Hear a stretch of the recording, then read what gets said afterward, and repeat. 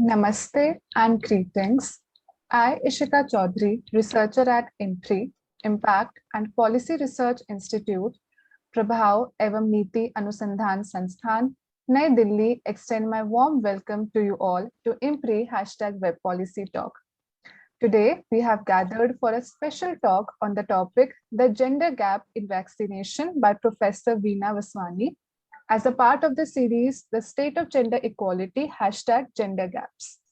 As chair, we have Professor Vibhuti Patel, visiting professor at IMPRI, former professor at Tata Institute of Social Sciences, TIS, Mumbai.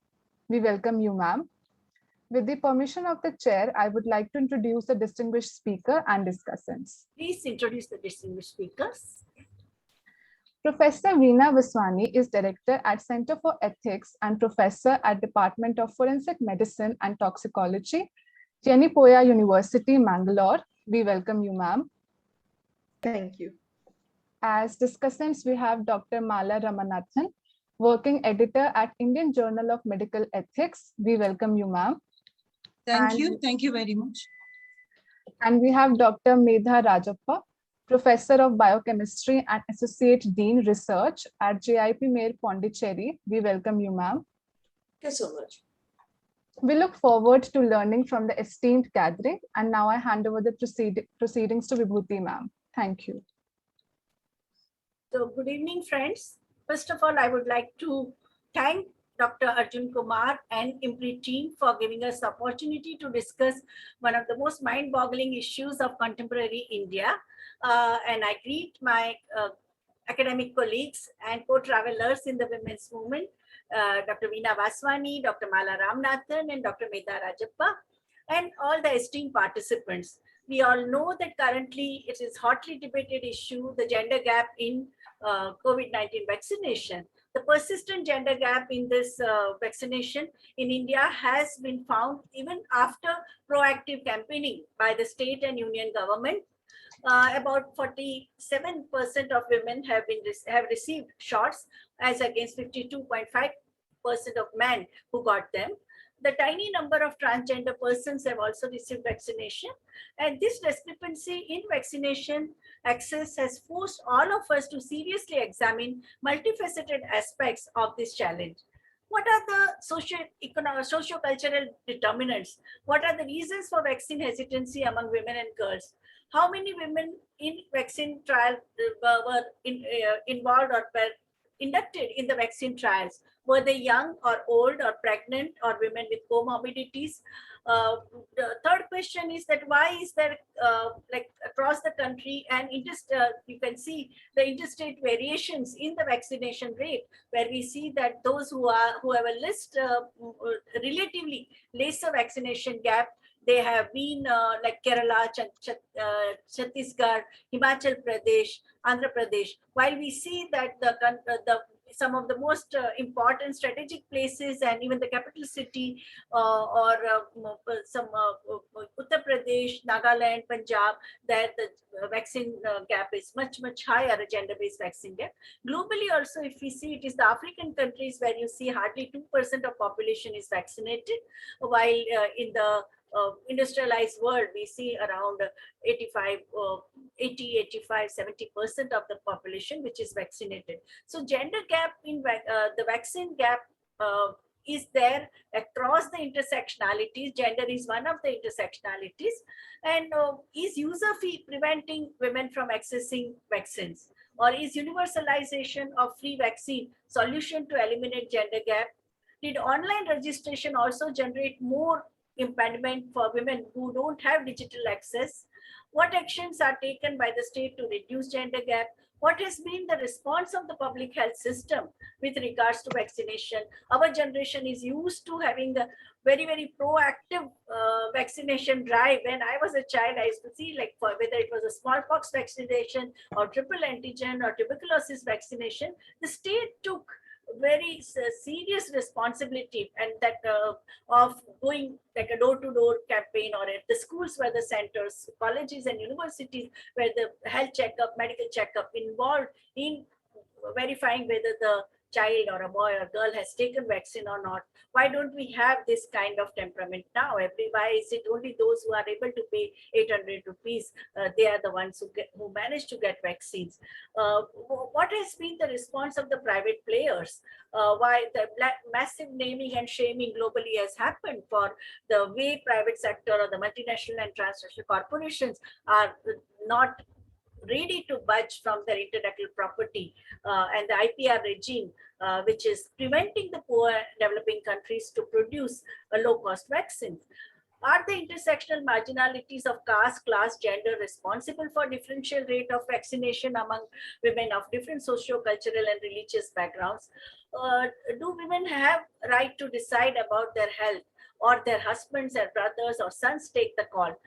Because there are so many studies on health-seeking behavior in which we have found like that women, generally it is the family which decides what kind of treatment a woman will get, but not only with regards to pandemic or corona, but even for any other health conditions. Now, the same attitude we can see that is responsible in the vaccination gap.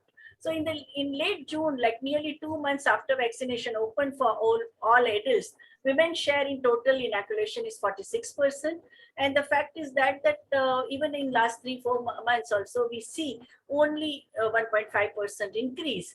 Now, Union Health Ministry has several emergency meetings with the state governments. National Commission for Women also sent a letter to the Union Ministry and state governments, and it was shared with the health secretaries of all states and union territories. And they were asked that they must take emergency measure to get more women to come for vaccination. And in Mumbai, like city like Mumbai, we saw that BMC twice organized ward-wise vaccination drive targeted only for women. Dedicated one Sunday was given in the month of September, and also one Sunday in the month of October was dedicated only for women's vaccination. So these are some piecemeal responses have been there. The center has been highlighting the gender gap in administering vaccination is significantly more among elderly population than among the younger women. Many women's rights activists have been pointing out that in many households, women's health is not considered priority as compared to that of man. And if they do not work outside home, like especially the housewives, and they end up getting less preference in vaccination. Now, these are different types of guesstimates that we are getting. Now, it is very important to have a scientific understanding on this issue based on ground level reality and hardcore data.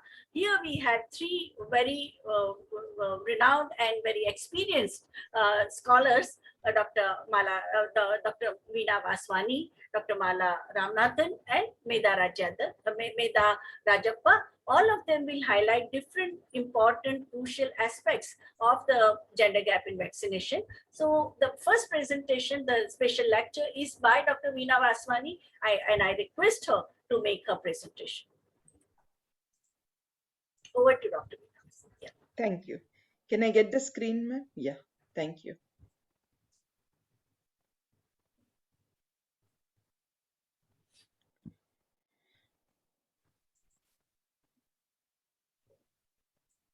Yeah.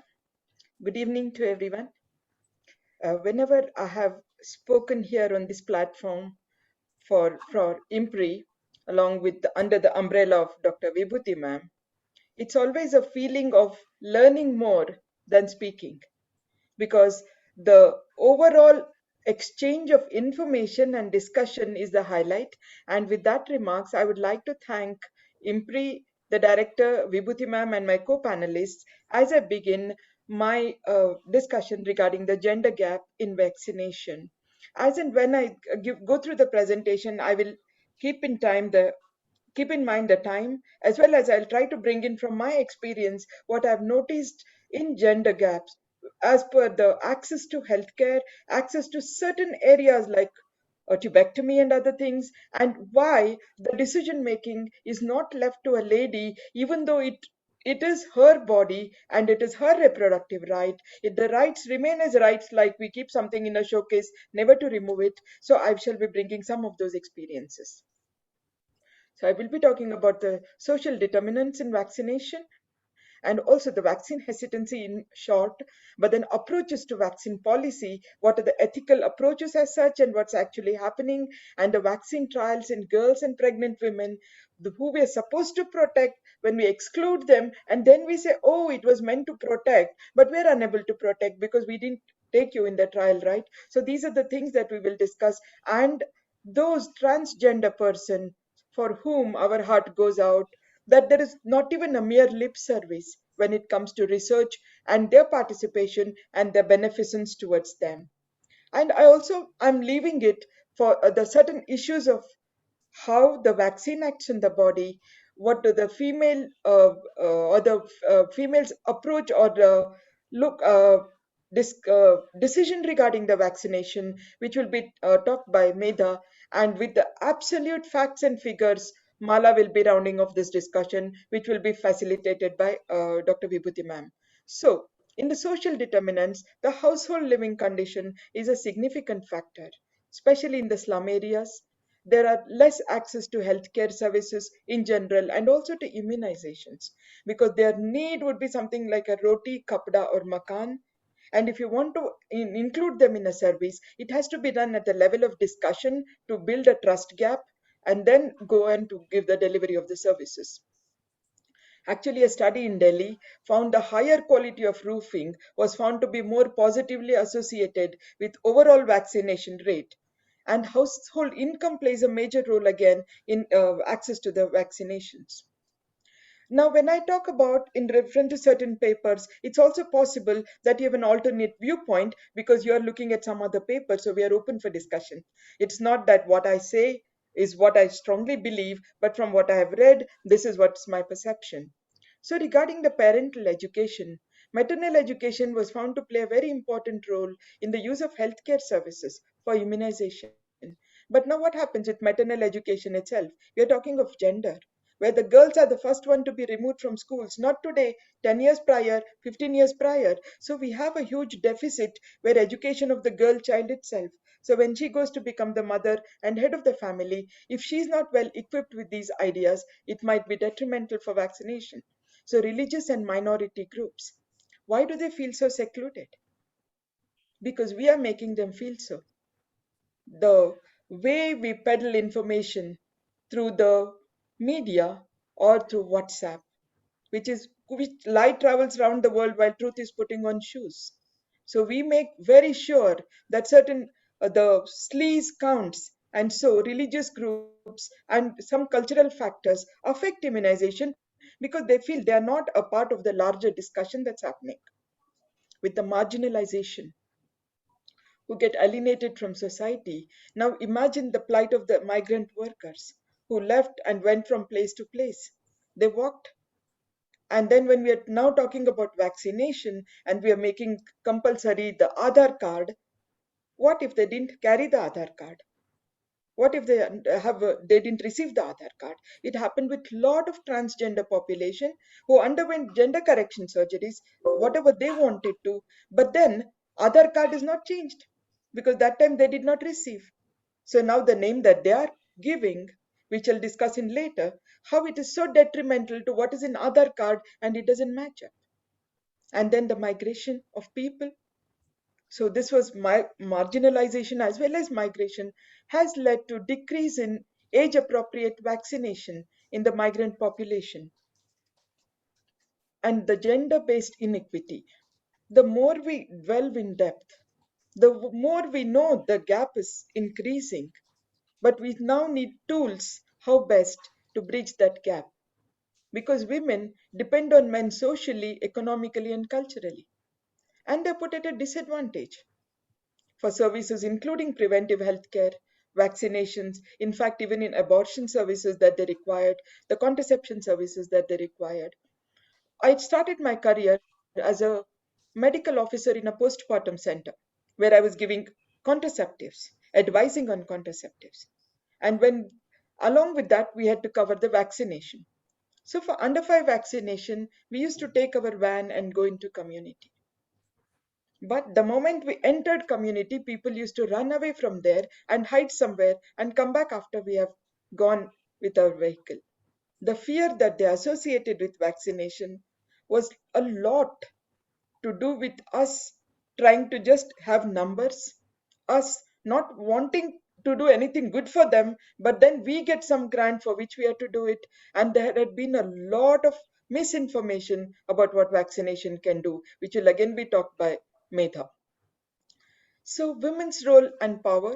So maternal, again, education, we talked about it, and parental adherence to vaccination programs. A lot depends on whether we believe vaccine to be useful to us in building up immunity and preventing from the diseases, or underplaying the role of a diseases when afflicted. But it also depends a lot on how we impress others in a negative way not to be a part of the vaccination drive. So, and social support works combined with education and communication for women. So when we are having so much importance on women's literacy, but yet during the COVID times and even before that, the school dropout rates have not increased. So is it that we are giving a piecemeal information and not a comprehensive information? Or we are not able to connect to a family what are the essential ingredients to have a robust family healthy life? And then the program accessibility to immunize, because especially with immunization and its utilization of services, like I said, as a postpartum officer, we also had to do contraception, tubectomies. We had our own targets, but my idea was you can never run after a target because you will not get it. It becomes elusive. Instead, if you go to community for a sit down talk and give what they have in mind, we have a better rate of people believing us and trying to ask us contraceptive advice. In one such occasion when we had talked to a husband and wife team, they had agreed on tubectomy. I was very new in the field, maybe 2-3 months. And next morning when we were preparing for tubectomy, I saw nearly 8-10 people at the doorstep asking, who gave you the permission? Who gave you the right? I said, but the husband, no, husband is the youngest one. Did you not ask him? He's not the head of the family. You should have asked the eldest brother, because the eldest brother owns the farmland. You did not ask. Okay, you are young, you don't know anything, but you should understand our ways before you suggest anything. So it's in other ways, the way we dialogue, maybe how can we best use the efficacy to dialogue, at the same time understand how best we can empower the families. That's between husband and wife and what you have to do. So many a times you have the best of the programs, you have the people there, but does not have enough takers. So I'm still looking for that magic bridge that can, or maybe through hard work, understand what the other party has in mind to build such a thing. Again, financial factors, country level financial factors impact vaccine dissemination. And I think we needed a little more seriousness. And I do agree with Vibhuti ma'am when she said the kind of vaccination drive we saw many years back, especially from 74 to 75, there was a huge increase. And 75 to 2011 was a huge jump, actually, steeply it increased. But we do not have that kind of door to door discussion and encouraging people to vaccinate. And when they go, no, it is just finished. So now today the internet is not working. So I have seen my own people who have gone for a long time, but then internet is down, so they've come back. So then do we think of other ways beyond internet? Just because you cannot feed in, so you're depriving so many people, you are asking them to come 3-4 times, but they're not been able to come because every time they come, they have to lose their meal. So the vaccination gap between the low income and high income countries could be because of one such factor. Now, during pregnancy, healthcare professionals recommend influence, because we generally think that it's good, vaccination uptake is good, but what about the other lifestyles, awareness regarding particular vaccines, safety concerns? How much have we talked to the pregnant women? Now, if you look at framework, what policy we should have had, generally, we go for India being a very resource limited country, a utilitarian, maximum good for maximum number, where social contract approaches states authority, which is under collective will, of the community, because if I get vaccinated, everyone gets healthy or they remain healthy, because I'm indirectly promoting someone else's effect, which is beneficence. So that measures the welfare of the citizens. That's how the universal program of immunization also was there. This also should have reached to that level of universalization. Whereas some liberal countries, some of people think that we don't have to give up our autonomy. We'll just see when it is required. It's like a harm principle of Stuart Mill, that those who are downtrodden, if they are harmed, then we should not get into such position. But we should just see that generally everyone is benefited. It should be rightly exercised so that every member in the civil society will be benefited, but at the same time, you should not go against the will of the others. But now with libertarians, like we have in certain countries, they have stuffed vaccines. They're now going to discard it, dump it. They're not ready to share it with others. But then that is because of I, me, myself attitude. I have a right not to wear mask. I have a right not to vaccinate, which in turn they influence others, youngsters, teenagers to believe that we can be superhumans without taking a vaccine. It could be an individualistic point of view, but the authority for a public health is lacking. There comes a balance between the autonomy and the public health. And whenever in such pandemic situation, the public health should reign. It would override the autonomy of the person. Wanting or not wanting is not the question, but where there's a maximum beneficence. So, this is one such example where they're hoarding vaccines, which much more than what they require, but then the people are not getting vaccinated. Because the one example is in 1974, the World Health Organization, when they had the expanded program of immunization, initially it was to ensure routine vaccine to all the children. And when it was considered complete, when the third dose of DPT was given. And in 74, only around 5% of people were immunized with third dose of DPT, which moved in about 3 to 4, in about 10 years time or 20 years time to 79%. But in 2011, the goal was to reach a sustained national coverage of 90%. And among the 194 WHO member states, nearly 67%, more than 90% the national coverage. They were able to do it. But what is interesting, if you observe, more than half of all incompletely vaccinated children lived in 3 countries: India, Nigeria, and Indonesia. So what is it that we need to look at? Why India was hesitant could have also been a study since then, that hesitancy is not new. But we need to now look at it in what is the root of that hesitancy. What is causing, whether it's a trust deficit, whether it is because we don't approach, or there are fallacies about vaccine, or there is a information that is peddled, or they're so afraid of what vaccine can do, whatever. But that is a good scope and should have been utilized well when we were almost like contributing to 35% of total immunization cover not being there then. So strengthening routine immunization services, especially in the countries with the greatest number of unvaccinated children, should be a global priority. Now, pregnant women in clinical trial. So we said they are vulnerable. But vulnerability is not to exclude them from research, because COVID does not look at the virus, doesn't look at pregnant women and say, okay, let's not attack her, let's go to somebody else. She has every chance of getting a COVID. And if she has a COVID infection, then the consequences are much more deleterious. So we need to plan something that gives a cover. So the clinical trials should have also been done.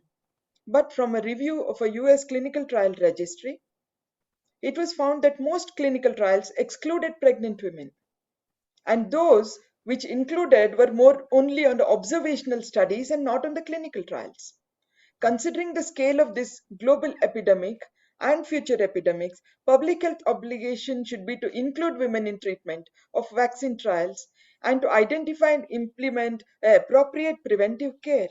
Because instead of giving an appropriate preventive care, we would rather not take them in a trial, is not doing justice for them. So some of the in the Forbes India at least that showed about the Union Ministry depicts 14.9 crore women against 17.48 crore of men who received COVID-19 vaccine so far. But of the factors that were not so useful for going for vaccination or that deterred from using the vaccination was because of lack of transport, insufficient number of vaccination centers, and online registration, adding a plight of women in the rural and urban areas. Every time a lady goes to get a vaccine, she has to make extra efforts to keep the food ready should she get delayed. And if the man says, no, no, don't go today, it's not a good day, or somebody is coming, so it's gone. So many a times, in fact, I know of a lot of senior citizens who have not been given vaccinations. For this simple reason, the children believe it's not required.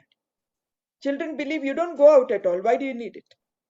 So the question of whether you think vaccine is a tool for better health, vaccine is a tool so that even if you get COVID, to a great extent, the complications are allayed or they're downplayed or diminished.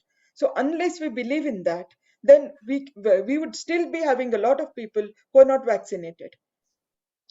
And many times in women's health, it's a non-priority issue because they are not breadwinners.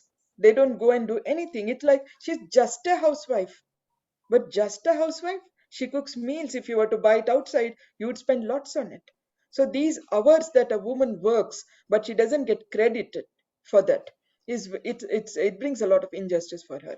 So the gender gap is further exacerbated by spread of information, misinformation. And most of the misinformation is something to do with reproductive prowess, something to do with infertility or menstruation and other things.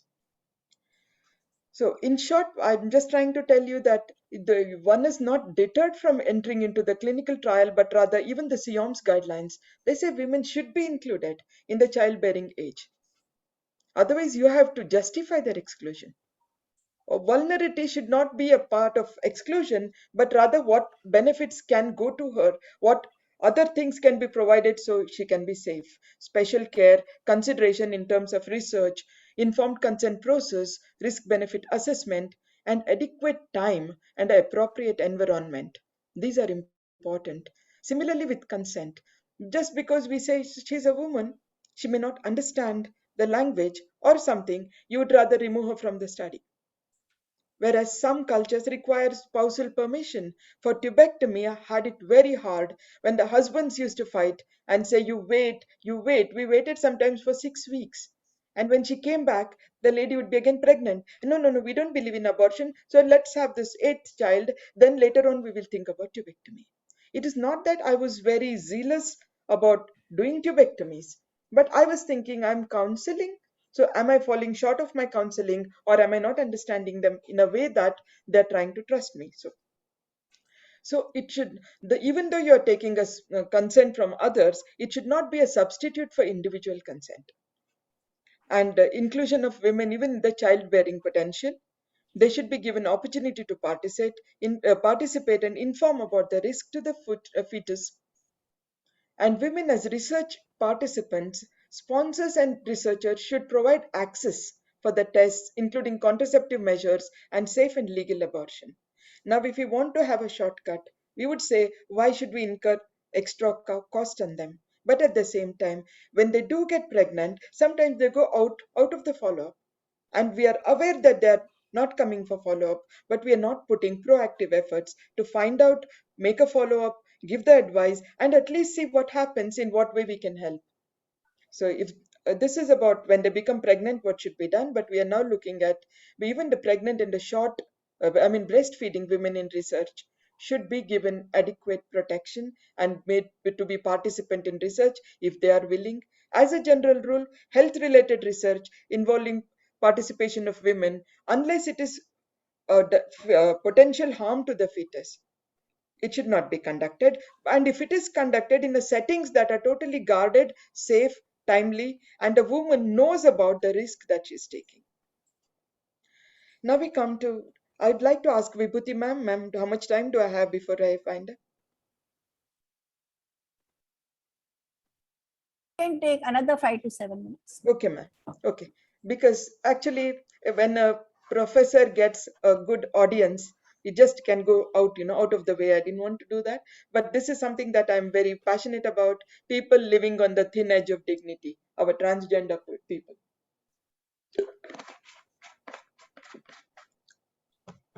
Those that get brushed under the carpet because they're transgender. Guilty of neglecting transgender as a whole, not only for COVID, in the healthcare and in research. Ask anybody what their experience is. They get admitted into the hospital. First they say, no, she's female, so let's go to female ward. No, she looks like man, let's go to male ward. Now in the male ward, no, we don't want she looking female, so you better put her back in the female ward. So what should happen to the dignity of a transgender person? Have we even considered any of us could have been in any of those places? But no, we would think they don't require much of our time and attention. COVID-19 has disproportionately affected the transgender population because of disparities in the income, in housing, and healthcare access. And those who have been rendered homeless have had the worst deal. They have been exploited at every level. Because we work closely with the community, we are aware of when somebody wants to give a house on rent, everybody else pays 3,000, but to these people it is 6,000 or 5,000. Why? Because you're not like us. I don't know what all activities you may be doing.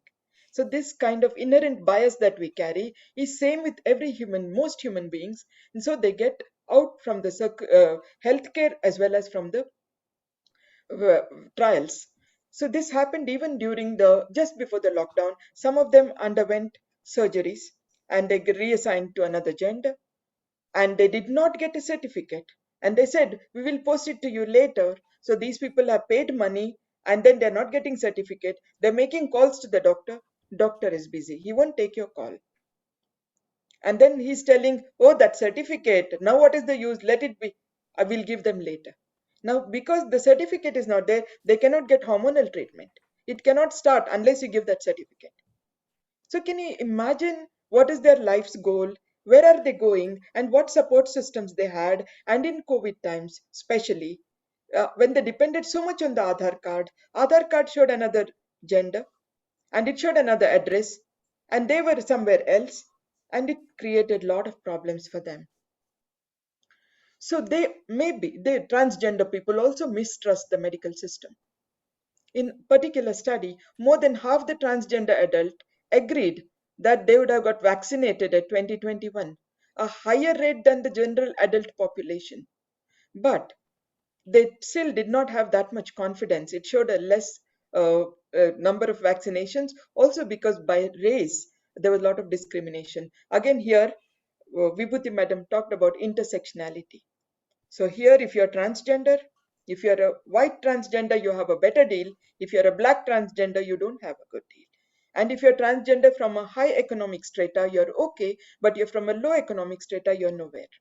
It's just like a woman who is a housewife, who has not been educated, who wants to have a different aims and goals, but she will never achieve that because of the intersectionalities, which only result in her losing power at many of these instances, but none of them is empowering. So even the LGBT people of color and transgender people overall were worried about the affordability, effectiveness, and the side effects. In reality, studies looking into discrepancies in COVID-19 in the vaccine related to, between the nobody has done this study between transgender and cisgender. We just do about cisgender because we are all belonging there, but transgender we haven't had much clue about it. They are on heavy hormones. They are just converted. And if you don't do a study on them, how are we even going to discuss how they would respond to a vaccination without sufficient inclusion in the clinical trials? And another thing that happened during the COVID-19, during the vaccination, was also the Aadhaar card linking the legal papers, which did not talk about the sex that they were into, but rather earlier sex. So this is called dead naming. Dead naming and exclusion during the pandemic research, because when a transgender person is addressed by the earlier name and gender, he has made efforts to come out of that raw pain and literally being disowned by society into a newer identity. And here we are calling them the earlier name and sex. So they are totally crushed. They're crushed, I mean, because they feel that the society does not respect them for who they are now. And this happened a lot because the earlier legal papers were with them, and for a long time there were no new cards being made. They were not being given the cards. So when they went with that, with the kit and everything, there was a difference the way they looked and the way the card showed. So I think somewhere we do consider, or we do think, we owe every person on a big deal of ethics and reasoning, and we cannot have a huge number of population totally left on their own without a thought as to where the next meal would come from. And in fact, we are criminalizing them, but we are quite to pick up faults with them. So the efforts of transgender person to root himself in new identity created, which is totally destroyed by bringing up his old identity. So that is why it's very sensitive to ask a person how he would be addressed. But because of this legal papers and the Aadhaar card, this added a lot of trauma to them. And researchers in most institutions, and along with institutions, they believe only in the male-female binary. They have still not grown to the extent of accommodating a gender beyond binary. So delay, and these are the things that could cause a lot of problems. So I've come to the end of my presentation. To conclude, in order to avoid pitfalls of ignoring sex and gender, we need to have a general sex gender sensitive approaches, and the research should be structurally done and should be implemented by registering the clinical trial. This should be made mandatory, and it will ensure that the research does have a sex and gender differentials. Otherwise, the researchers, even the data that was disaggregated, did not have much about the gender. So the COVID-19 sex-specific mortality brings to light the implications of incorporating sex-specific variables in the beginning and not as an afterthought, which was done much after it was done. Then you go try to dissect along it, and you do not get what you really are looking for, because in the first place you never made provision for it. So I would say that we do need to look at research not as just favoring certain class of people, but everyone, all inclusion, if everyone has to be benefited. If everyone has to be benefited, then the policy should be in place which is universalizable, that everybody can access. And to make that, we should put extra effort of talking and building, gaining their trust. So with that, thank you. And I'm really sorry I did over 8 minutes. So thank you. Okay. Thank you, Dr. Veena Vaswani. I think you raised some of very important point, that overall subordination of women in the family, community, society, and economy. I think that has very much to do with women not getting equal access, and also they don't have decision-making power. That is also very strongly related to overall subordination and also the gender norms in our society. And also women getting less priority in health services, which is overall health services also, and here in a specific context of COVID. And in a context where 70% of corona warriors are women, okay, even it is admitted by WHO and UN. And when it comes to service providing and putting their life at the risk, women are at the front. But when it comes to access to safety, that they are neglected. And I think special mention about transgender populations, their stigmatization and exclusion, I think that is also very important. It's everywhere it is found. Same is the experience of the relief workers who were, so in all type of accesses, not only this, as you said, that is a housing and food and vaccination and the kind of bureaucratic anomalies that we have in our system, that also took a heavy toll. Now I would turn to Dr. Medha Rajappa, What has been your experience? Because Pondicherry is supposed to have a relatively less gender gap, though it is there, like it's a more only, but as compared to other states, Pondicherry has shown a better result. What kind of problems do you find at a ground level? Hello? Yeah. Madam, please unmute yourself. Yeah. Yes, please unmute yourself. Can I share my screen, please? Yes, yes.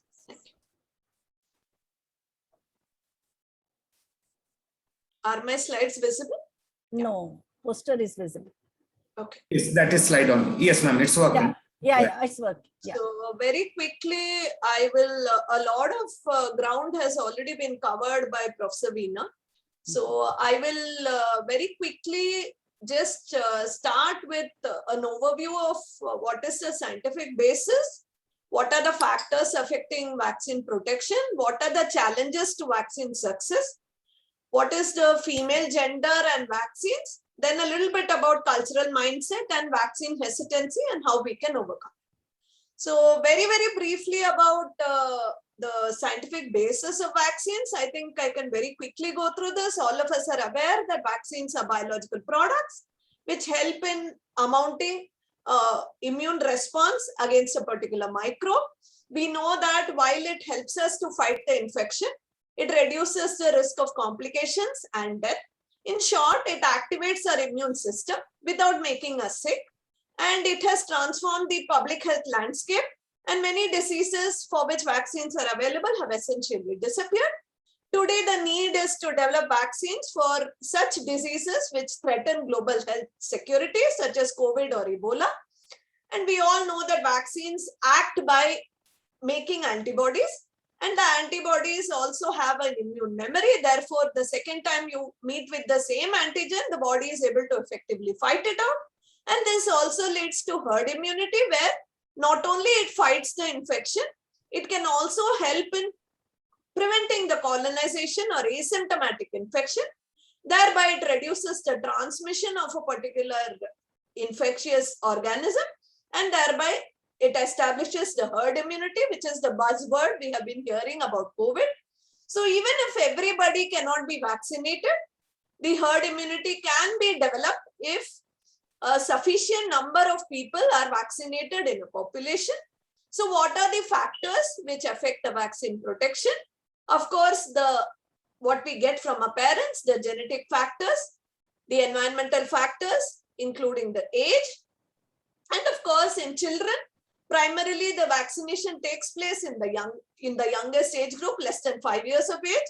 There, the maternal antibody levels, the prior antigen exposure are things which affect the vaccine protection. So vaccines will work provided they can be used. So the access to the vaccine is the limiting factor. There is an absence of health infrastructure in many places, lack of adequate amount of vaccine, lack of the financial resources to purchase the vaccine. This could be at a local level, regional level, or at an individual level. And of course, marginalization of certain communities, which has already been discussed. And of course, there are other peripheral factors such as non-availability of a cold chain to make the vaccine useful. And certain vaccines which are administered orally require less skilled manpower, but injectable vaccines require more skilled manpower. And the most important challenge to vaccination success is the dangerous role of the WhatsApp University and the social media, which provide spread of misinformation about the vaccines. But are scientists also at fault? Definitely, yes. They are sitting in their chambers and they are not reaching out to the public, sharing their expertise in a layman language, telling them why the vaccines are important. And of course, the genetic diversity for certain organisms such as the COVID, we are finding it difficult in order to change with the changing vaccines. So quickly moving on to the female gender and vaccines. It is already known that females are less susceptible to viral infections. This is because we have an extra X chromosome and therefore we have a protection due to the X chromosome as well as the female hormones or the sex hormones. And though the female gender, there is a gender gap, so therefore the availability and the acceptance is lesser in females. But once vaccinated, they develop a long-lasting immunity and a more protective response. And therefore, even the complications are more in the female sex as compared to the male gender. And in pregnant mothers, which Madam already mentioned, the vaccination is so very important because the vaccination is problematic because of the immature immune system in the neonate or the born child. And there is a presence of inhibitory maternal antibodies in the child. So vaccinating pregnant mothers is so very important to transfer the antibodies across the placenta to the child, and thereby it protects the child for the first few months of life. However, we do have certain cultural mindsets which affect our acceptance to taking the vaccine. Few things which all of us are familiar with, such as during the eclipse, we've all been told pregnant women should not go out. We've been told eclipses are bad. They are dangerous for expectant mothers. They should not use knives before, after, or during the eclipse. And we are also told not to see the sun during a solar eclipse. Now, how much of this is actually true? We all are aware that eclipses are only celestial phenomena. So this is totally baseless. Eclipses are dangerous. I don't think so. That has no scientific basis. But definitely in the olden ages, there was no electricity available. So probably there was darkness all around. So probably women, they wanted to rest more and therefore not to use any sharp instruments. And gazing at the sun is not good for anybody during a solar eclipse if you don't want to injure your eye. So vaccine hesitancy, there have been several surveys. Few reasons which have come forth are concerns for side effects, waiting for others to get it first. Other people need it more than me. Anyway, they're not going to be beneficial. I don't believe in vaccines. So these are the major causes. Cost of vaccines, which we thought is a limiting factor, and religious beliefs remain minuscule reasons for not accepting the vaccine in India.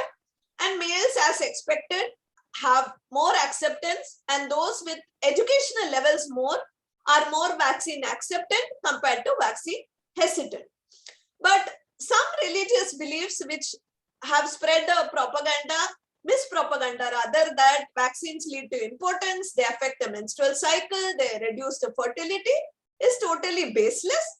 And therefore, the center and the governments have to run intensified drives to dispel this kind of propaganda and the WhatsApp universities and remove the wrong information about the side effects. So the gender gap in vaccination, is it only due to the skewed gender ratio in the country, or are there other reasons? This has already been dealt with both by Vibhuti Madam as well as by Veena Madam. We all know that women's health is not a priority, especially if they are at home. The male members always get preference for the jab.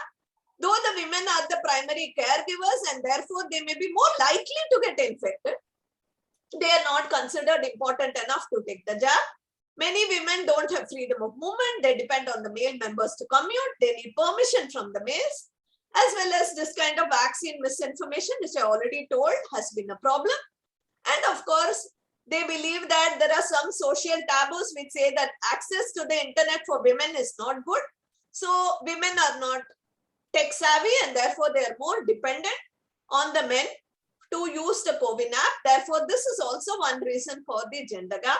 And we all know that COVID-19 has not been good to women. There is more gender-based violence, more school dropouts, especially the marginalized sections. They have suffered.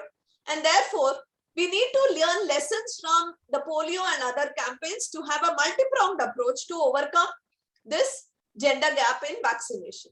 So few things which can be done are an effective social and behavioral communication advocacy. We can promote the benefits of vaccination and fight the WhatsApp university and the social media propaganda, which is false. You can have skits, dramas, street plays, flash mobs with college students in the nook and corners of the country, telling them what are the benefits of vaccination. You can use school students as advocates to get their parents vaccinated. You can use panchayat members You can have TV and newspaper advertisements to curb the misinformation. Have pro-vaccine campaigns in social media by the government. More important, they say that if you cannot take the women to the vaccine centers, bring the vaccines to the women doorstep. So have mobile vaccination centers, have Anganwadi vaccination. Like Madam has already mentioned, the door-to-door vaccination in Bombay. Use the walk-in vaccinations where COVID registration may not be necessarily important. Rope in the peripheral workers who work in the PHCs, the ASHA workers. They have an extensive network with the community. You ask them to convince the community members in the villages and incentivize them for every shot which they encourage to administer. Involve the MPs, MLAs, the elected representatives, the women leaders to mobilize females. Last but not the least, use the self-help groups to create and mobilize awareness amongst the household. This will ensure that women and marginalized sections of the society are not left behind. I have largely drawn from these scientific articles and these websites for few of what I shared today. Thank you very much for allowing me to share my views here. I would like to say that unless all of us join together, the scientific and the non-scientific groups of society, we will not be able to address this kind of differences which promote the gender gap. So I would like to advocate that each of us around us, we advocate what small baby steps we can undertake in order to prevent the gender gap. If each one of us takes care of people around us, maybe our domestic help, maybe our people in our apartment, maybe the elderly, maybe the females, if we can arrange for, say, the mobile camps or have a door-to-door vaccination, if each of us contributes in our own small way, I am sure that the tomorrow will be brighter and better for all of us. Thank you so much. Thank you, Dr. Mehta, for giving such a comprehensive socio-economic, cultural aspects and the myths about vaccination. And I think these myths are there even for many other health conditions, and especially the myths regarding pregnant women. And also, what can we do as a civil society organizations, the community-based organization, local self-government bodies, and multimedia approach, and I think multi-pronged approach, which you suggested, is very important. Now, I would like to ask Dr. Mala Ramanathan that recently our minister, he said that by December 2021, we shall be able to vaccinate full population of our country. Do you think that this thing is possible? That means we will need really more than 1 crore people should be vaccinated per day if we go by that promise. And it should not be restricted on only special occasion where Prime Minister's birthday or this thing. So what do you think that this union government's target achievable according to you? Good evening, Dr. Vibhuti and friends at IMPRI and other places. I'm glad you asked me the question, but I have to tell you that, you know, everyone has looked at the gender gap or even the vaccination gap. Yeah. It's in general, you know, gender gaps come after that. And I started only because, you know, you and Dr. Beena, I'm very grateful to you for asking me this question, because it took me back to my basics, that is the demographic training. And I brought the very basic, simple tools to revisit this question using whatever I could easily access. So, you know, I have to say that this did not call for extraordinary efforts, because to be very honest, there is a huge data gap. You know, to be able to identify a gender gap, it's one aspect of it is to have a substantive understanding of gender and its implications for access to healthcare. But to know the exact amount of that gap and we might know here why such gaps exist, but how much is it and what causes it?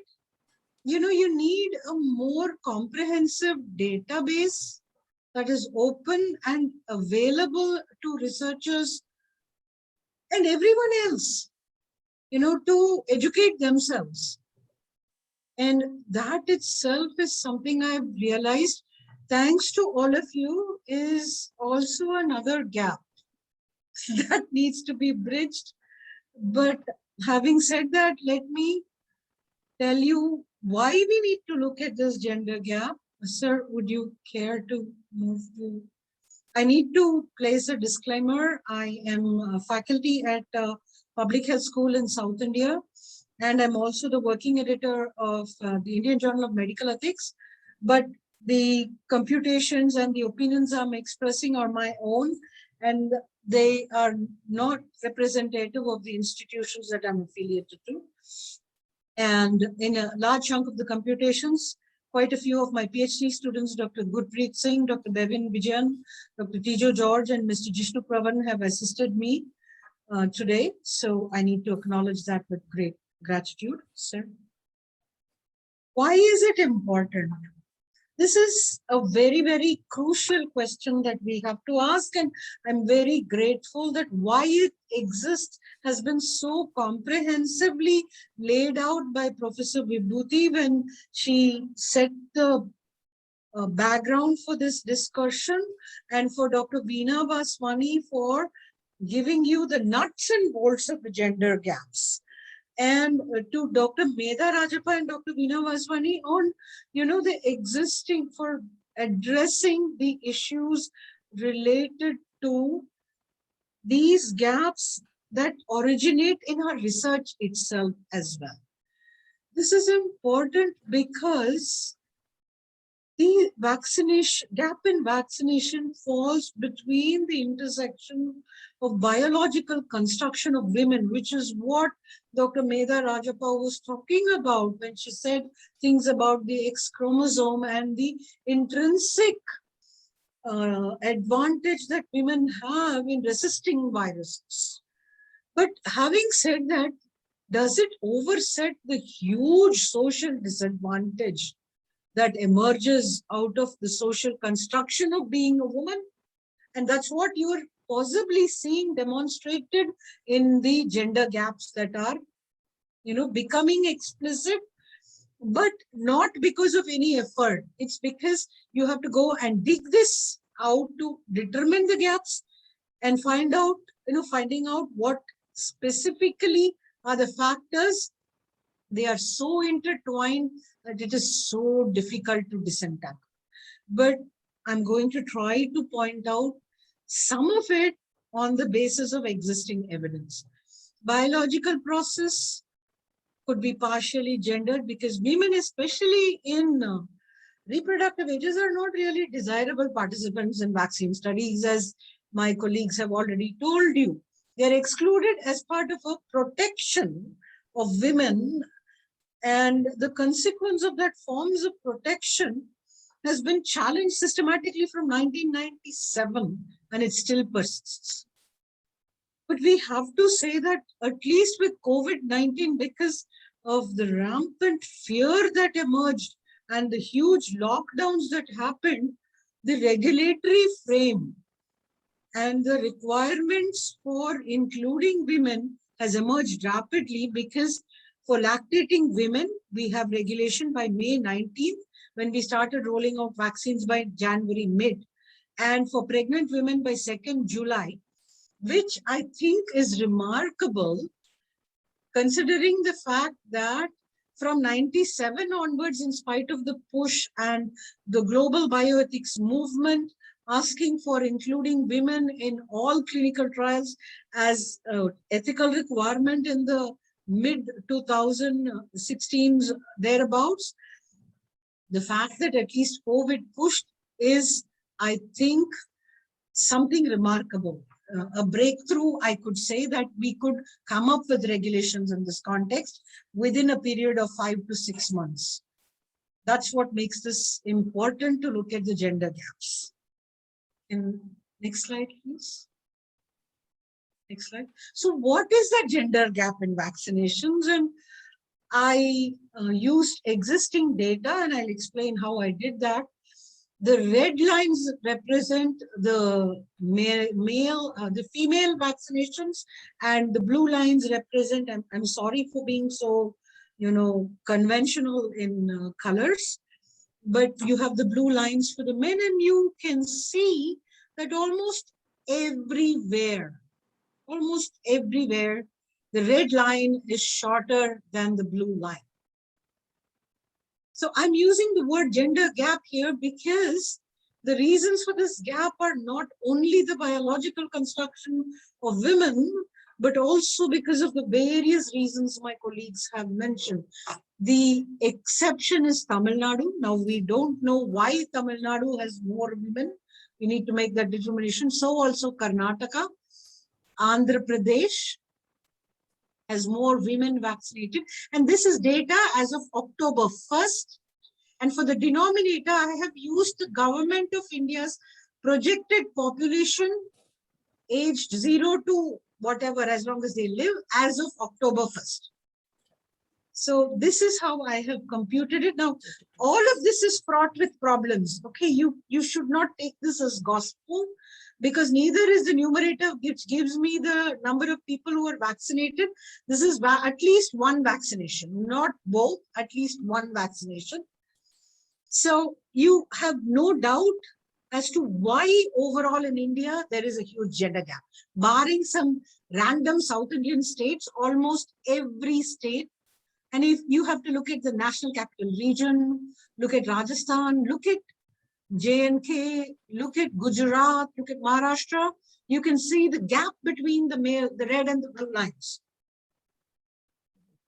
So, in fact, overall for most of India, barring Chhattisgarh, which is kind of more or less equal, and it's also important for you people to notice that regardless of where the red and blue lines, the first line that crosses several states, Jharkhand, West Bengal, Bihar, Uttar Pradesh, have not even touched the 50% mark, regardless of for men or women.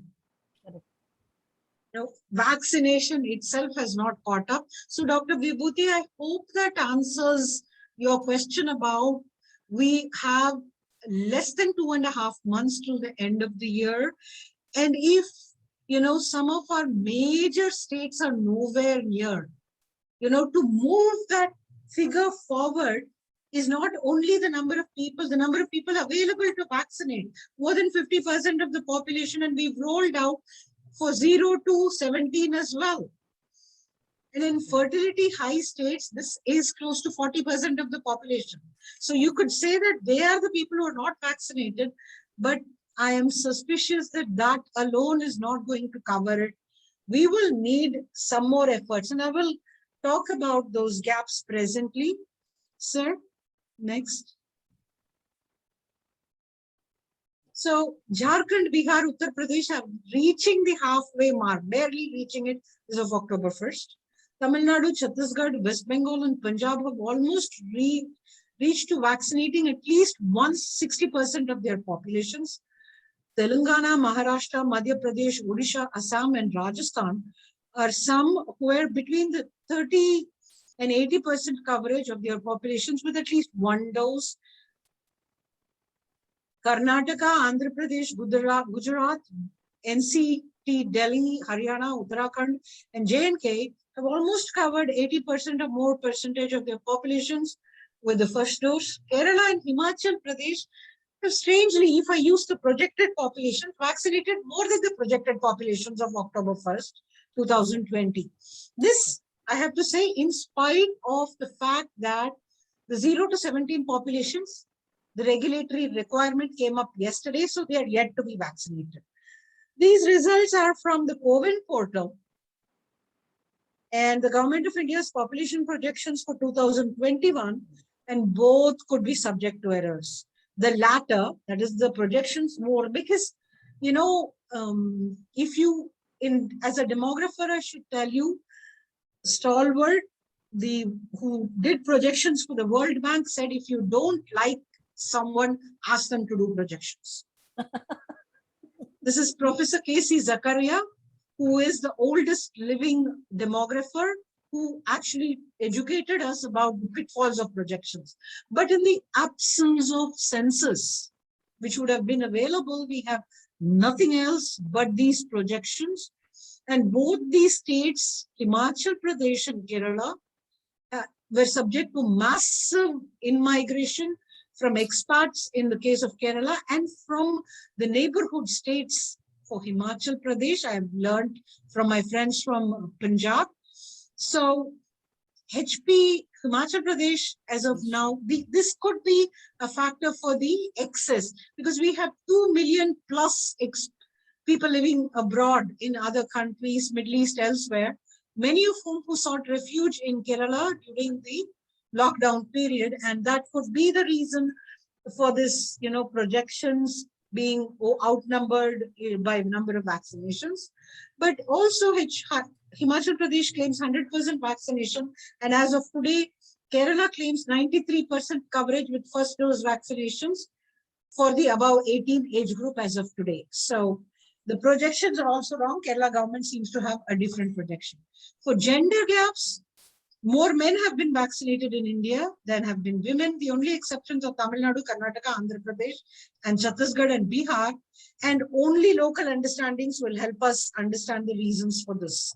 I cannot offer explanations. Another reason for the gender gap, very important, which has been alluded to by Dr. Medha, is a pregnancy regulatory requirement which emerged only on lactation for vaccinations, restriction, lifted by May 18. So what would have happened to all the people who were pregnant from January till May 18? So there is a backlog there. And then there is for pregnancy, which was lifted only on July 2nd. So what about the women who might have been pregnant? So that lag as a proportion of the total population ranges between 6% to about, about 3% in the total female population. But if you take only women in reproductive ages, it reaches in Uttar Pradesh close to 12% of the women in reproductive ages, who will all have reason for vaccine hesitancy because of our various things, including WhatsApp universities. So even if we assume that we continue to vaccinate women, this is a huge backlog to cover, which we need to take cognizance of. Sir, next. Another possible reason is, the expectation of life at birth for women in India. Women for about 20 years now have been living longer than men. And so they live in this, widowed or other state, they live alone. And I used the longitudinal aging survey of India data of 2018 to project the potential number of women and men who might be living in a single person household. Now these are 60 plus, so asking them to learn to become digitally equipped depends on education, which is going to be at the higher age, almost non-existent. So you can see here how big the gap is between the red and the blue lines. And these are and in certain states, this is, of the total male population and total female population. It ranges from an all-time low, very low of, 0.1% in J&K to something as high as 1.7% of all people in Tamil Nadu, of all women. So all women, this is not, women in the 60 plus. I actually looked at it from the perspective of all the women, including the newborn people who can be categorized as women. And the gap is huge. So we need to address this group also, because 1% in UP, can you imagine what a huge number that would be? And in India, for women, it is close to 9.9%.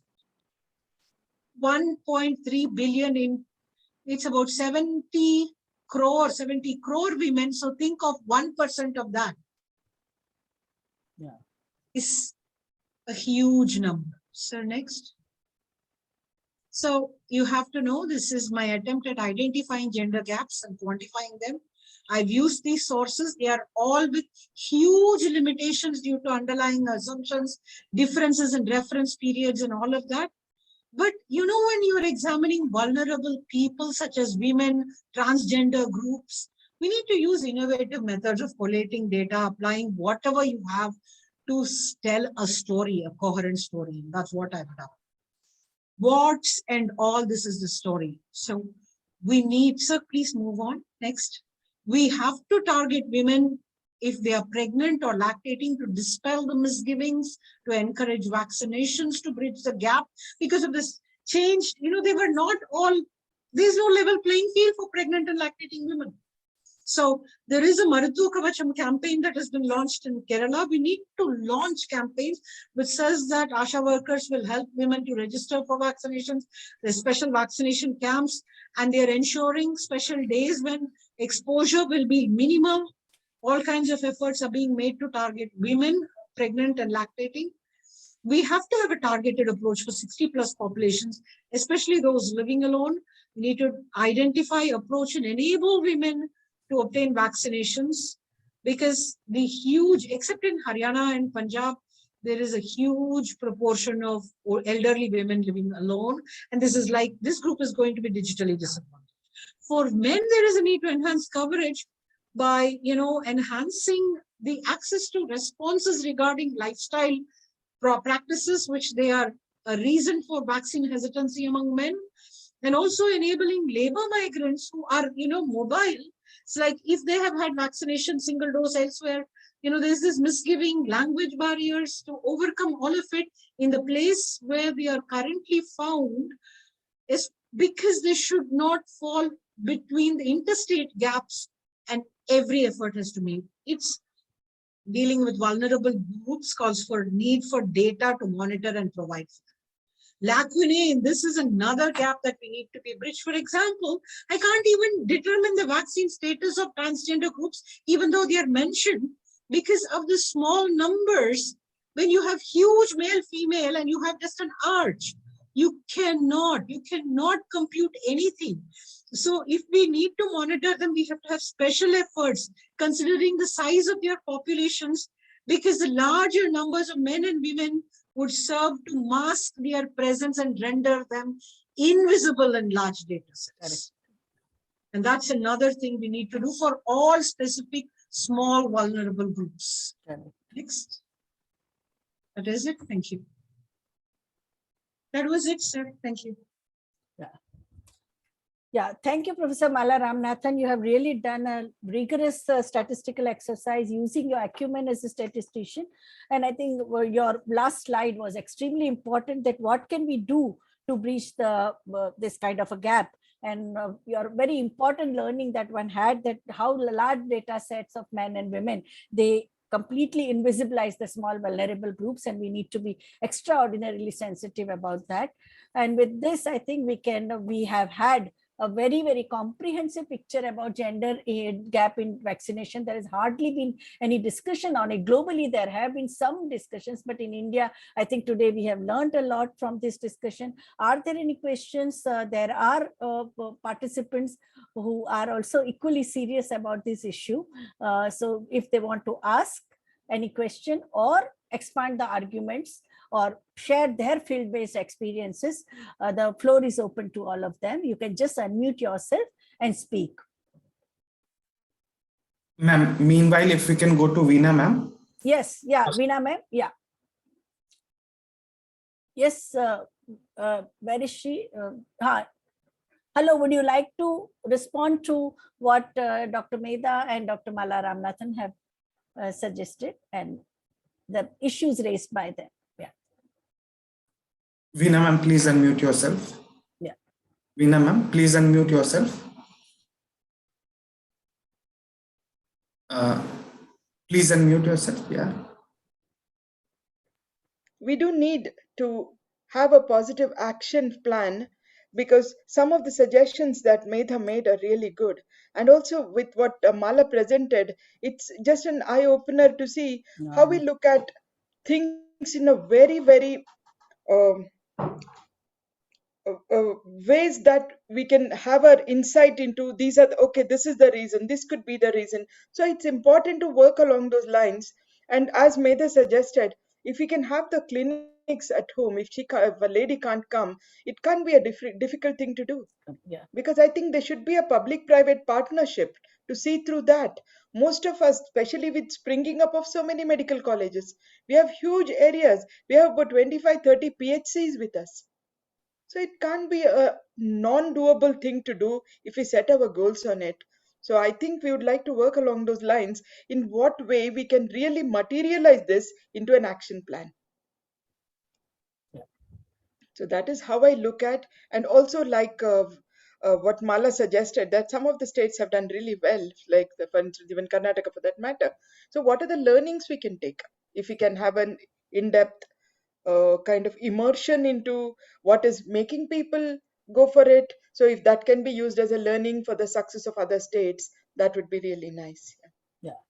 No, and one very important question is that if in the 60s and 70s, with very limited resources, if we could have a door-to-door campaign for smallpox vaccination or the tuberculosis vaccination, I think it's a question of more of a political will rather than lack of resources. In terms of whether it's a human resources or financial resources, I think India is in a much better position than it was in the 50s and 60s. So I think that's a way. So it is doable. Definitely, it is doable. Yeah. And What I would think, just one sec, about what you said totally about political will, we should be able to dissect out the politics of a party vis-a-vis the national interest. Correct. And we should not try to swap places, that Correct. wherever possible you try to do this. So then there's a credit for this, and then somewhere it would be like trying to emboss pictures on idlis while distributing. Yeah, So that's also. it's a good measure to do. But then what about people who would really want to be told that you do it because this is why you have to do, than saying that because this is how, these are your beneficiaries, so please be very grateful to them in your life and things like that. So Yeah, that's also there. Yeah, what would you like to say, Dr. Mala? Dr. Medha, would you like to respond? Yeah, as a way forward, what can we do? Mala ma'am is responding. Yeah, Yes, someone has asked about percentage covered in rural urban areas. Yeah, And I also reveal the gaps in single women, elderly women, chronic patient women. It's Yes, yeah.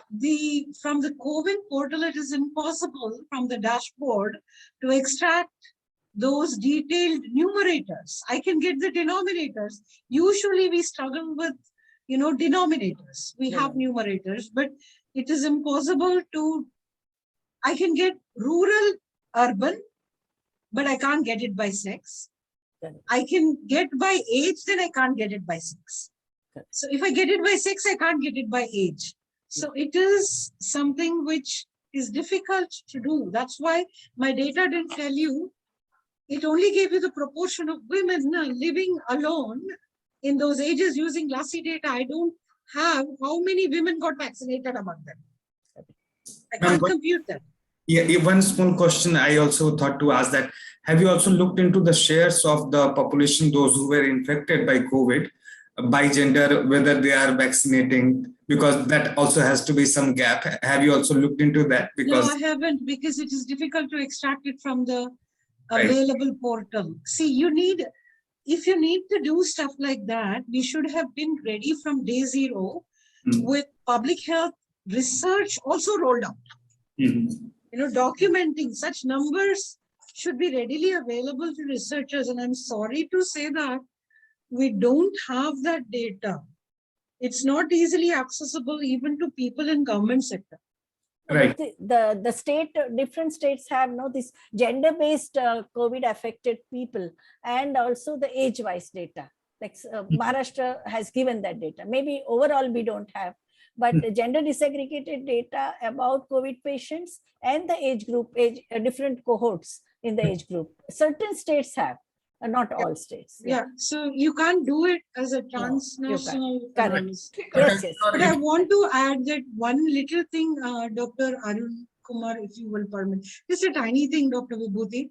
Yeah. You know, the Kerala government, we were a bit, aghast in the beginning that they actually went hammer and tongs at someone who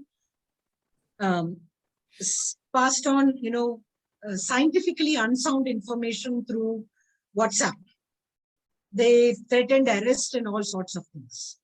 And, it was seen as, what is this? This is trivial, but that was a very, I think, useful in, challenging these potential WhatsApp forwards Dr. Meda referred to Deterrent. in Kerala, which has resulted, in fact, at one stage, we were helping everyone to find vaccination centers because it was so difficult to get vaccines. But that is not true. And almost everyone has got their first dose and are waiting that, period. Second. So Correct. it helps political will. Sometimes at that time, we were like, it's ruthless and stuff like that. But, now in hindsight, it seems like a wise thing to have done. Right. One small question also I thought to ask Mala ma'am, since we're talking about statistics, but from NHA and CoWIN, ma'am, if such a senior and serious researcher like you ask for, they will provide the data. I also thought to ask you, is there any biases in terms of the vaccines like Covaxin, Covishield? Now we have other vaccines also. How do you see any gender inclination in that sort of thing? Have you found anything? Sputnik also. Also Sputnik, no, actually, it's not so much gendered. Mm-hmm. You see, it's just governments itself who have taken a stance. The Kerala government, for instance, took a stand against Covaxin in the beginning, saying unless it is approved by the central government for certain reasons, it would not accept it. So in the first round of rollout, Covaxin was not in the vaccination options for us in Kerala. Now that itself resulted in, is it safe kind of questions. This is, part of it is self-created. Of Right. various arguments and rolling it out differentially, giving differential status. All of that is also fed, popular notions, rightly or wrongly, of different vaccines. So, it's difficult now to disentangle those threads. But Right. the southern states had multiple sourcing. No, they use Sputnik, they use Covaxin, they use Covishield, all. So as compared to many other states who were totally allergic or totally hostile to using certain. Ma'am, we are a tiny union territory. We didn't get any choice. Okay. Beggars can't be choosers. We were given only Covishield and that's it. There were no options available in our state. We are a tiny union territory with a population of 12 lakh odd. Yeah. So whatever we got, we took. Okay. Yeah, I understand. Ma'am, Yes. there is a question in the chat box, if I may address that. Yeah, please. Permission, Professor. Yes. Yeah, please address that. The question is, what is the case of single women, elderly women, and chronic patients, women in vaccination? It may reveal whether such sections are neglected, rejected, or hesitant to get vaccination. Sure. As I already mentioned, they say if Muhammad cannot reach the mountain has to go to Muhammad. So probably that is the way forward. Because if we are very serious about addressing this gender gap, we really have to move mountains. It doesn't, let me make it very clear that it's not just political will which is going to move mountains.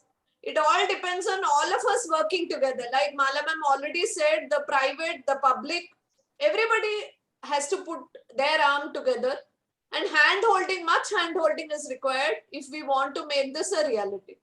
Unless each one of us contributes towards this, this is not going to happen. I'm sure that many of us have heard that in places like Bangalore and all, there have been apartments, there have been retirement homes where the welfare associations have come forward to make sure that such camps are organized. In fact, there's a friend of mine who has He's running the Address Health, which is an organization in Bangalore. They have taken this Sputnik 5 vaccine from place to place, addressing different offices.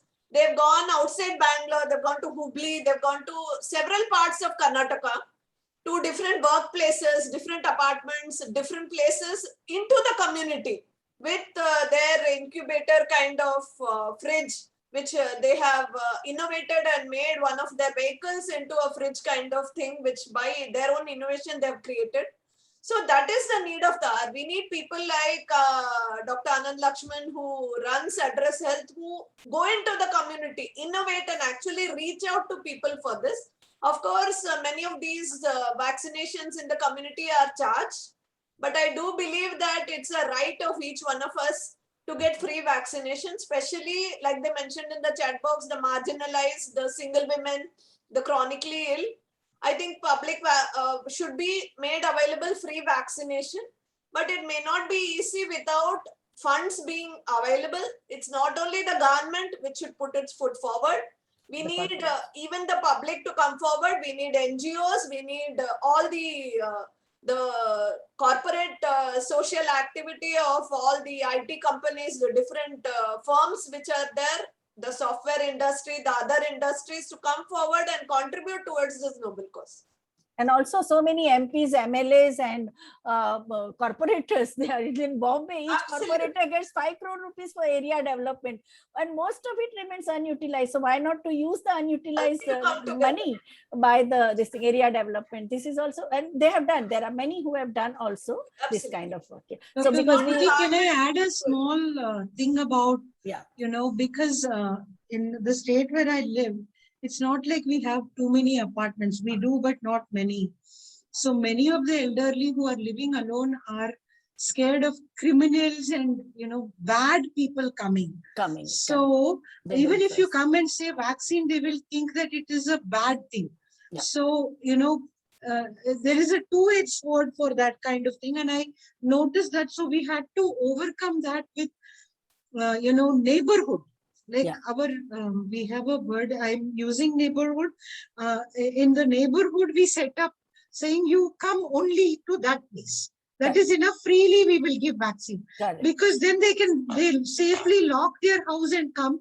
But if you go to their house, they don't know you. So, the other one which we did is our local women, we have neighborhood network women who told them, you come to this place. So it was our, what we call ward effort. In Kerala, we have local elected representatives who are part of our life. Correct. So, in Bombay also the decentralization work, when you had a ward-wise committee and war rooms in ward-wise and facilitators, helplines backed up with FM radio and local cable channels. WhatsApp groups, local WhatsApp groups which help. So those and all were very, very helpful. Yes. I have to point out that this setting up camps in one place needs a backup of reassuring them to come there. Otherwise, door to door is okay for pregnant women living embedded. But for alone living elderly, that is not a good approach. It is because they are scared. They are scared. It's risky. Yeah. So that is why so for each segment, if we had a private enterprise and market research had been done, we would have done market segmentation and had a better approach. Because it is a public health thing and only government and there is no market research done on this, we don't know. But I can point out from my knowledge locally of this small segment. So each segment needs to be approached differently.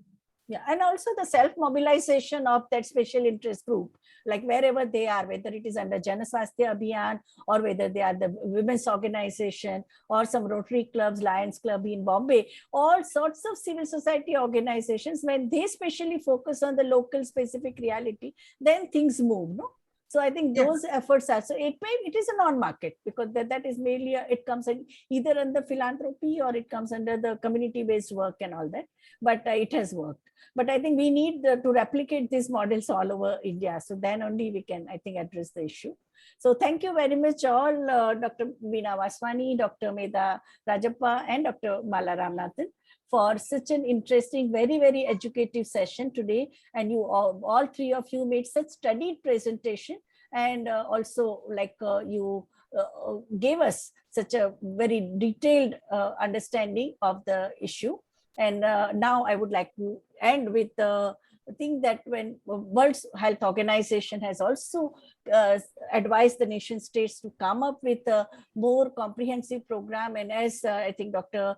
Medha also said, that we need to have a multi-pronged approach. And I think all civil society organizations, NGOs, health workers, and other charitable organizations along with the state. So state and non-state actors, all of us have to join the hands, and then only we can achieve the target of vaccination. In the recent report, the World Health Organization stated that and I quote, that understanding how gender roles, norms, relations, and gender inequality influence access to and demand for vaccines in different contexts is critical for expanding reach. It also, however, the WHO report also stated that gender-related barriers must be addressed in planning and rollout of vaccine distribution to reach everyone, especially those who are marginalized. Women in general are law-abiding. We have seen that. We understand that all the safety rules women have followed, whether it is wearing of a mask or the guidelines which are given in a palatable language. And that's why the door-to-door vaccine, partially, yes, for the that is also important. But when it comes to the senior citizens, I think we need to have a more trust building which is required, and CSOs, civil society organization, community-based and neighborhood organizations, as Dr. Mala Ramanathan suggested, should also be encouraged to be active. Misinformation campaign needs to be tackled, multi-pronged approach of using skits and drama and flash mob, and students of medical colleges and other universities, they can also play a very important role in countering the misinformation campaign. And the pro-vaccine campaign needs to be more very, very systematically and consistently promoted. Women's organizations have demanded that the state will have to take responsibility for women's vaccination because their families will not.